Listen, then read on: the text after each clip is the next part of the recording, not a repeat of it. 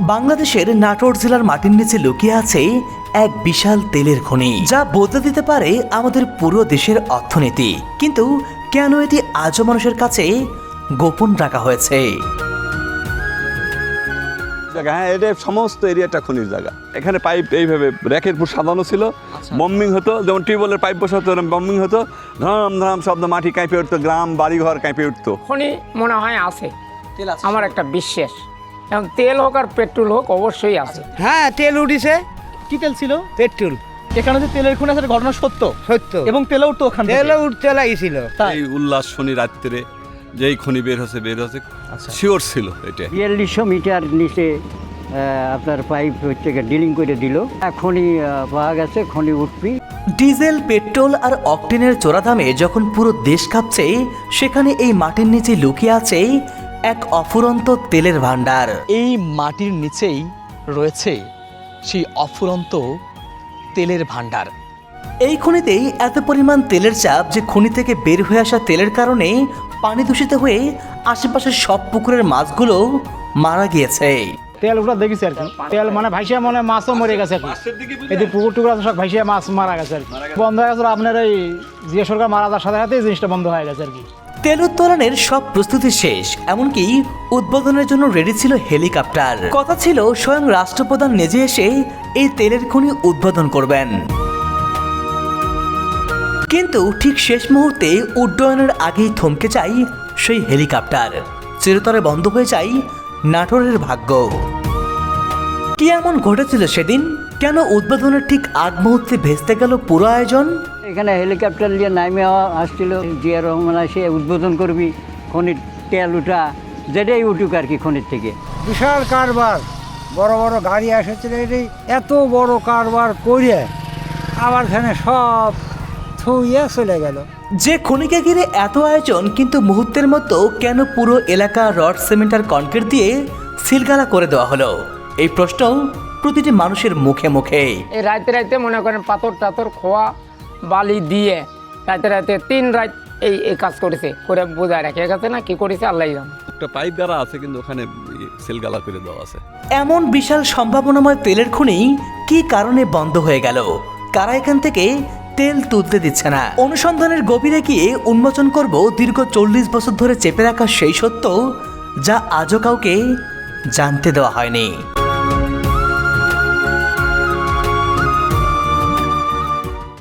আসসালামু আলাইকুম। আজকের এই ভিডিওতে সবাইকে স্বাগতম এবং শুভেচ্ছা জানাচ্ছি। আমি শাহেদ আল হাসান।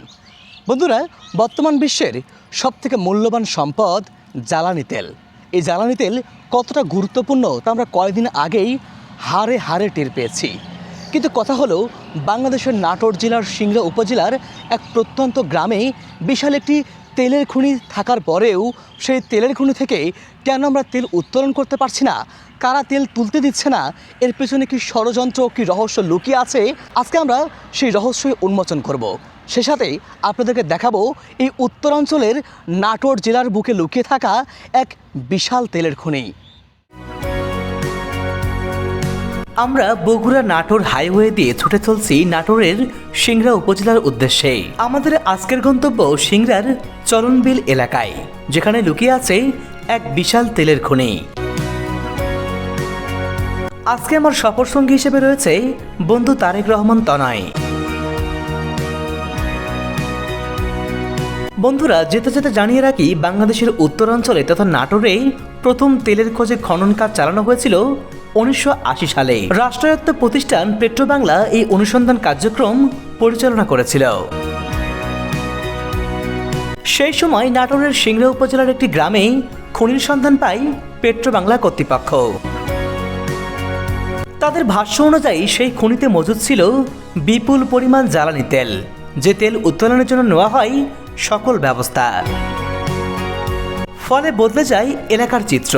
খনিকে কেন্দ্র করে গ্রামের রাস্তাঘাট, ব্রিজ সহ নানামুখী উন্নয়ন শুরু হয়। এছাড়াও এলাকার বহু মানুষের কর্মসংস্থান গড়ে ওঠে ওই খনিতে। কিন্তু হঠাৎ করে অজ্ঞাত কারণে খনিটি বন্ধ করে চলে যায় পেট্রোবাংলা কর্তৃপক্ষ। এরপর থেকে শুরু হয় নানা গুঞ্জন। বিশেষ করে বর্তমান সময়ে জ্বালানি তেলের তীব্র সংকট ও দাম বৃদ্ধির কারণে এই তেলের খনির আলোচনা এখন একেবারে তুঙ্গে।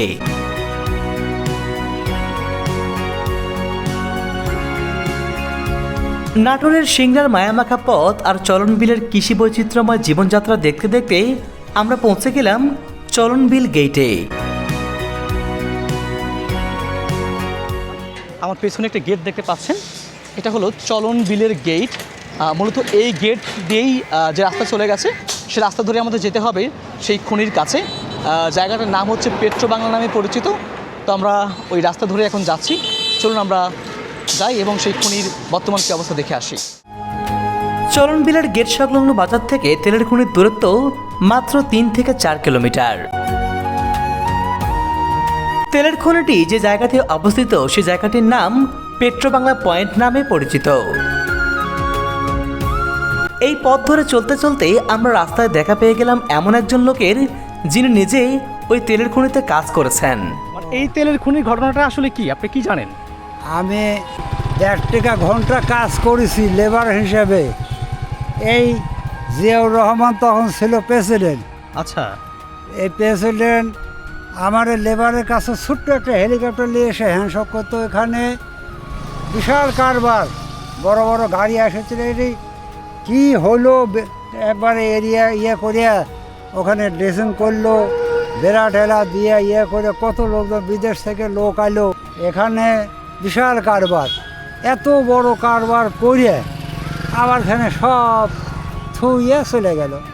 এলাকাবাসীর মন্তব্য এটাই, বা এই দেশের বিশেষজ্ঞর চিন্তাভাবনা এটাই, মনে হয় তারা প্রচুর পরিমাণ এই দেশ ধনী হবে দেখে অন্য রাষ্ট্র তারা প্রতিহিংসা করে হয়তো প্রচুর পরিমাণ হয়তো অর্থ তাগরিক দিয়ে নাই কয় হয়তো বন্ধ করে দিয়ে চলে গেছে, এরকম সাধারণ লোকেরও ধারণা। অবাক করা একটা ব্যাপার, আরেকটা তথ্য জানতে পারলাম। এলাকাবাসী বিশ্বাস করেন এবং তারা মনে করেন যে এই তেলের খনিটা বন্ধ করার পেছনে যেটা মূল কারণ সেটা হলো যদি এই খনিটা উত্তোলন সম্ভব হতো, এখান থেকে তেল উঠতো, তাহলে হয়তো বা বাংলাদেশের অর্থনীতিতে বিশাল একটা অবদান রাখতো এই খনি এবং অর্থনৈতিকভাবে বাংলাদেশ এগিয়ে যেত। আর বাংলাদেশের এই অর্থনৈতিক অগ্রগতি পার্শ্ববর্তী অনেক দেশই তারা মেনে নিতে পারেনি, যার কারণেই তারা প্রতিহিংসামূলক ষড়যন্ত্র করে এই খনিটাকে বিপুল পরিমাণ অর্থ দিয়ে বিভিন্ন ষড়যন্ত্র করে এটাকে বন্ধ করে দেওয়ার পায়তারা করেছে এবং সেই কারণেই হয়তো এই খনিটি আজ অবধি আর এখান থেকে তেল উত্তোলন সম্ভব হয়নি। এলাকাবাসী এটাকেই মূল কারণ হিসেবে মনে করছেন। তবে আসল কারণ কি সেটা হয়তো আমরা সেখানে গেলেই তার অবস্থান দেখলেই এবং আরও জানার চেষ্টা করলেই জানতে পারবো।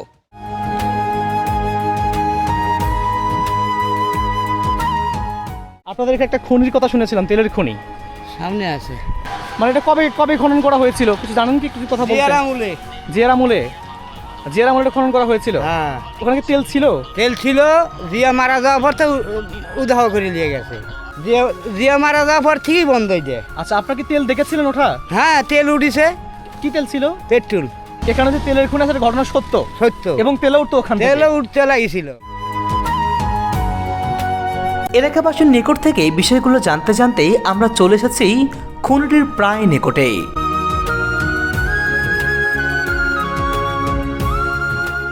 সালটা বলতে পারবো না, তবে জিয়াউর রহমানের পিরিয়ডে বুঝলেন, তখন আমন ধানের আবাদ হতো। এই বম্বে করে এখানে পয়েন্ট করছিল, করে অনেক 3-4 মাস এখানে পাইপ গেড়ে এই উল্লাস শনি রাত্রে যেই খনি বের হচ্ছে, কিন্তু একদিন সকালবেলা হঠাৎ করে শুনি যে না আর কিছু নাই, এই বন্ধ হয়ে গেল। এই আচ্ছা, শিওর ছিল এটা। পরীক্ষা নিরীক্ষা করে আমাদের তো ভিড়তে দেয় না, আমরা এই দূর দিয়ে দেখে তারপরে তারাই ডিক্লেয়ার দিল যে এখানে কোনো কিছু আর নাই। আচ্ছা, এই পর্যন্ত এখন কি রহস্য কি ঘটনা এটা আমরা জাস্ট বলতে পারবো না। মুখটা পাইপ গালা আছে কিন্তু ওখানে সেল গালা করে দেওয়া আছে। আপনাদের এই জায়গাটার নাম কি জানেন?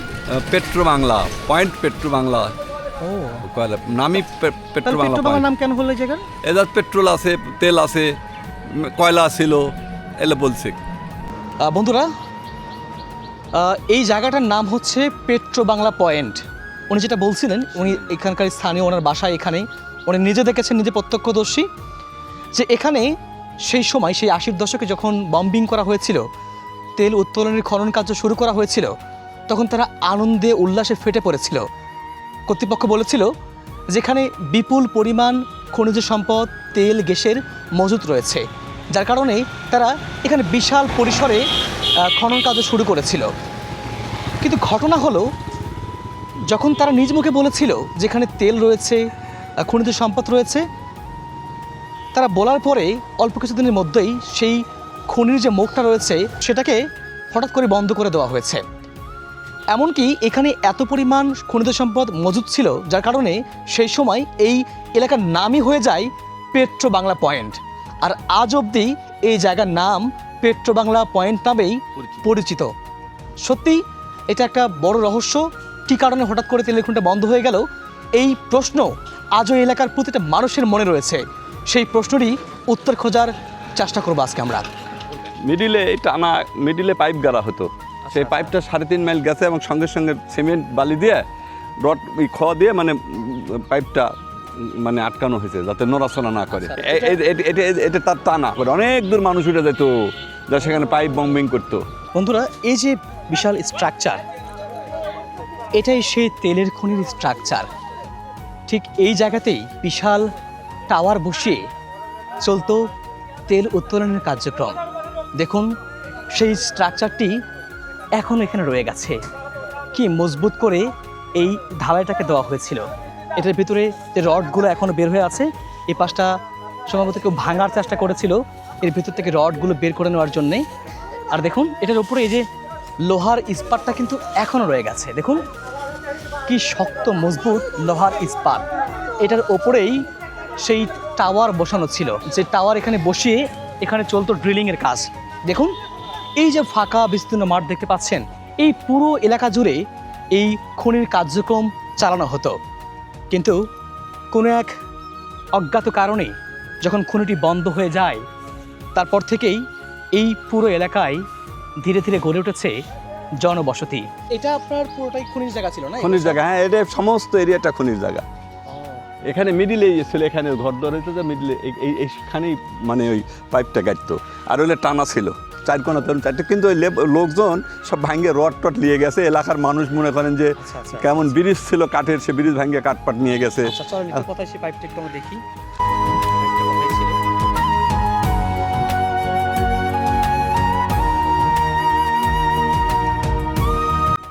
ঠিক এখানেই হবে, এখানে ইয়ে ছিল, ওইটা টানা 4 কোণার টানা। এখানে পাইপ এইভাবে র্যাকের পুর সাজানো ছিল, বম্বিং হতো, যেমন টিউবওয়েলের পাইপ বসাতো এরকম বম্বিং হতো, ধাম ধাম শব্দ, মাটি কাঁপে উঠতো, গ্রাম বাড়িঘর কাঁপে উঠতো।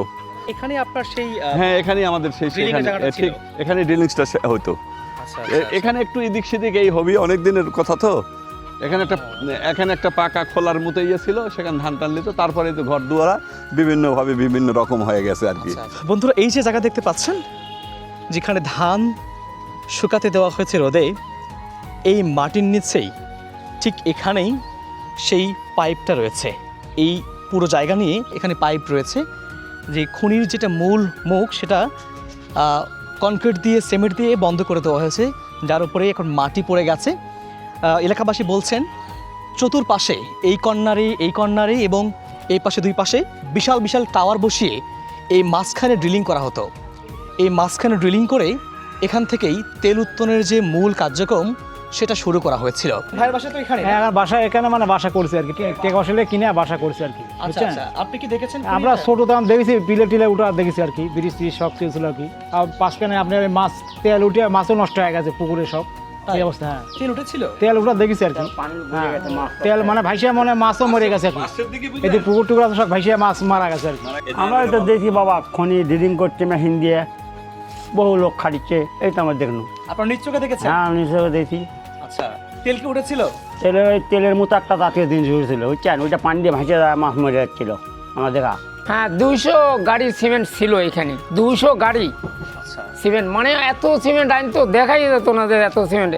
এই রাতে মনে করেন পাথর টাথর খোয়া বালি দিয়ে রাতে 3 রাত এই কাজ করেছে, করে বোঝায় রেখে গেছে না কি করেছে আল্লাহ জানে। কেন বন্ধ হয়ে গেল, আমার যতটুকু শোনা যে ওই চুক্তির মাধ্যমে হয় নাই তাই বন্ধ হয়, তবে এক্ষুনি মনে হয় আছে, আমার একটা বিশ্বাস। এখন তেল হোক আর পেট্রোল হোক অবশ্যই আছে। বন্ধুরা, এই তেলের খনির ব্যাপারে অনলাইনে কিংবা কোনো নিউজ পোর্টালে কোথাও কোনো সুনির্দিষ্ট তথ্য পাওয়া যায় না। তবে বিভিন্ন সূত্র থেকে জানা যায় 1980 সালে রাষ্ট্রীয় প্রতিষ্ঠান পেট্রো বাংলা এই খনির খনন কাজ শুরু করে। প্রায় 4100 মিটার গভীর পর্যন্ত খনন করার পর সেখানে কিছু তেল ও গ্যাসের উপস্থিতি পাওয়া যায়, কিন্তু বাণিজ্যিকভাবে উত্তোলনযোগ্য তেল বা গ্যাসের বড় কোনো মজুদ তখন মেলেনি। 1980 সালে এই খনন কাজ যখন চালানো হয় তখন বাংলাদেশের রাষ্ট্রপ্রধান ছিলেন শহীদ প্রেসিডেন্ট জিয়াউর রহমান। মূলত তার সরকারের আমলেই দেশের বিভিন্ন অঞ্চলে খনিজ সম্পদ অনুসন্ধানের কার্যক্রম শুরু হয়েছিল। পয়লা সার্ভে হলো তামান এলাকা বোমিং করে দেখলো কোথায় কি আছে না আছে। আচ্ছা লাস্টে ডিসিশন নিল যে এখানে পয়েন্ট, এখানে ডিলিং হবে। আচ্ছা তো প্রায় 4200 মিটার নিচে আপনার পাইপ হচ্ছে ডিলিং করে দিল। আচ্ছা দেওয়ার পরে আমরা শুনলাম, আমরা তো আর ভিতরে আসিনি, আসতেও দেয় না তেমন, মানে খুব ইয়ের মধ্যে। তারপরে দেখা গেল যে হ্যাঁ কী হলো না, খনি পাওয়া গেছে, খনি উঠবি। লাস্টে মেশিন টেশিন নিয়ে এসলো, খনি উঠলে যে সব ইয়েটে হবি মনে করো মাল সামান সব নিয়ে আসার পরে কয়েকদিন পরে 1 সপ্তাহ পর একের ভাঙে চুরে টাম টুপলা নিয়ে সব উঠে চলে গেল, কাজে এখানে পাওয়া যাচ্ছে না, গভীর আছে অনেক গভীরে। এখানে হেলিকপ্টার নিয়ে নামে আসছিল যে জিয়াউর রহমান এসে উদ্বোধন করবি, খনির তেল উঠা যেটাই উঠুক আর কি খনির থেকে। এই খনি বন্ধের কারণ সম্পর্কে পেট্রোবাংলার বক্তব্য, বাণিজ্যিকভাবে তেল বা গ্যাসের বড় কোনো মজুদ তখন না পাওয়ায় এটি বন্ধ ঘোষণা করা হয়। অন্যদিকে এলাকাবাসীর দাবি এখানে রয়েছে বিপুল পরিমাণ জ্বালানি তেলের মজুদ, যার কারণে তৎকালীন প্রেসিডেন্ট জিয়াউর রহমান এই খনির শুভ উদ্বোধনে অংশগ্রহণের কথা ছিল। কিন্তু পরবর্তীতে 1981 সালের 30 মে প্রেসিডেন্ট জিয়াউর রহমানের মৃত্যুর পর বৈদেশিক ষড়যন্ত্রের কারণে এই খনিটিকে বন্ধ করে দেওয়া হয় বলে মনে করেন স্থানীয়রা। এটা বন্ধ হয়ে গেছে আপনার এই জিয়া সরকার মারা যাওয়ার সাথে সাথে এই জিনিসটা বন্ধ হয়ে গেছে আর কি। তেল ছিল, জিয়া মারা যাওয়ার পর তো উদাহ করে নিয়ে গেছে, জিয়া মারা যাওয়ার পর থেকেই বন্ধ হয়ে যায়। আরে বাবু উত্তোলন করলে তো করবি, দেশের সরকার যদি করে অসুবিধা নেই, দেশ উন্নত হবে। আমাদের কিছু দিলে পারে আমরা অন্য জায়গায় চলে যাব। হ্যাঁ, উত্তোলন যদি হয়, ভালো দেশের সম্পদ যদি হয়, দেশ যদি উন্নত হয়, এটি তো আমরা কামনা করি এবং এলাকাবাসী উন্নত হতো। কয়েক বিঘা জায়গা জুড়ে এই তেলের খনি গড়ে উঠেছিল, কিন্তু বর্তমানে সেখানে অসংখ্য বসতবাড়ি নির্মাণ করা হয়েছে। তবে আজও এখানে রয়েছে সেই তেলের খনিতে ব্যবহৃত বিশাল বিশাল স্ট্রাকচারগুলো, যা 46 বছর আগের সেই তেলের খনির স্মৃতি বহন করছে। সময় বদলেছে, শাসন পাল্টেছে, তাই এলাকাবাসীর দাবি সরকার যদি আবার এই খনিটি পুনরায় খনন করত তাহলে হয়তো বদলে যেত নাটোর সহ পুরো বাংলাদেশের অর্থনীতি। বন্ধুরা, নাটোরের সিংড়ার এই তেলের খনিটি ঘুরে দেখে এবং এলাকাবাসীর কথা শুনে যেটা মনে হচ্ছে, হয়তো অবশ্যই এই মাটির নিচে লুকিয়ে আছে বিপুল পরিমাণ খনিজ সম্পদ, মহামূল্যবান জ্বালানি তেল। যদি সত্যিকার অর্থেই এখানে কোনো তেল মজুদ থেকে থাকে, তা যেন বর্তমান সরকার গবেষণার মাধ্যমে পরীক্ষামূলকভাবে তা নির্ণয় করে। নতুন সরকারের কাছে এই আহ্বান জানিয়ে আজকের ভিডিওটি এখানে শেষ করছি। ভিডিওটি ভালো লাগলে একটা লাইক করতে ভুলবেন না। ফেসবুক পেজ থেকে দেখে থাকলে আমাদের ফেসবুক পেজটাকে ফলো করুন। ইউটিউব থেকে দেখে থাকলে আমাদের ইউটিউব চ্যানেলটাকে সাবস্ক্রাইব করে রাখুন। দেখা হচ্ছে আগামীতে নতুন কোনো ভিডিওতে। সেই পর্যন্ত প্রত্যেকেই ভালো থাকুন, সুস্থ থাকুন। আল্লাহ হাফেজ।